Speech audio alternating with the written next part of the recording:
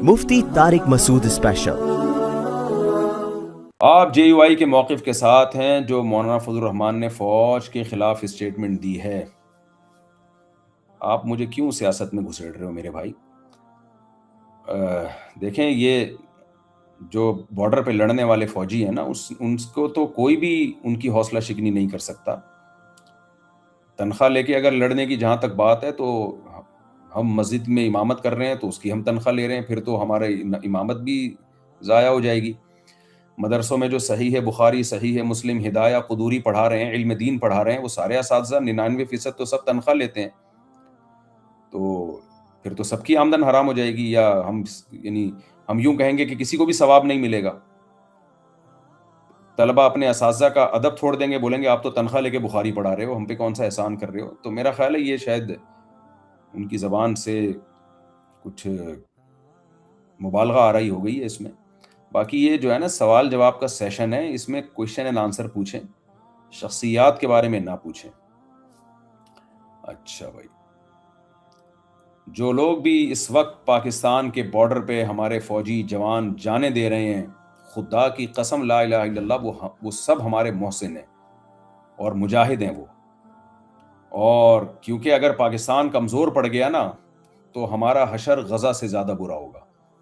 इसलिए किसी को जर्नेलों से इख्तिलाफ हो 100 दफ़ा करें, लेकिन ये जो फौजी लोग जो मेरी और आपकी जंग लड़ रहे हैं पाकिस्तान बचाने के लिए, इनको एप्रिशिएट करना हम सबकी बुनियादी जिम्मेदारी है।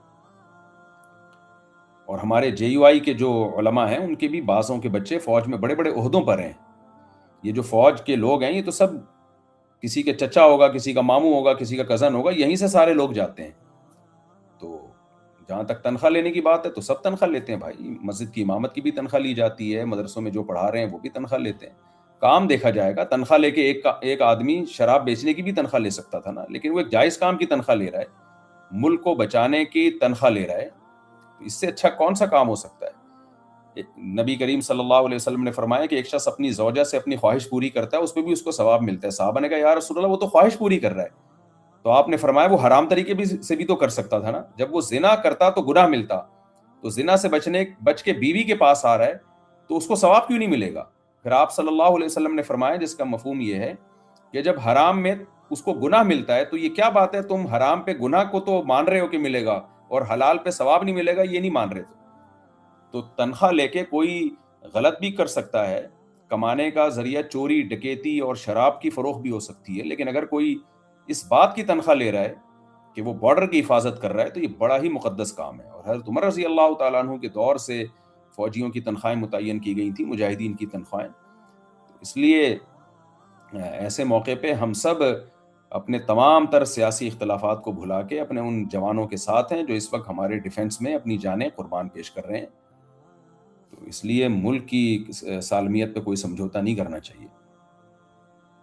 बाकी मौलाना फजल रहमान की बात का क्या मतलब है, ये मौलाना फजल रहमान से पूछें। हो सकता है उनका कोई नया बयान आ जाए सामने कि भाई मैंने जो कहा था उसका ये मतलब था, तो वो ही बताएंगे, मैं नहीं बता सकता।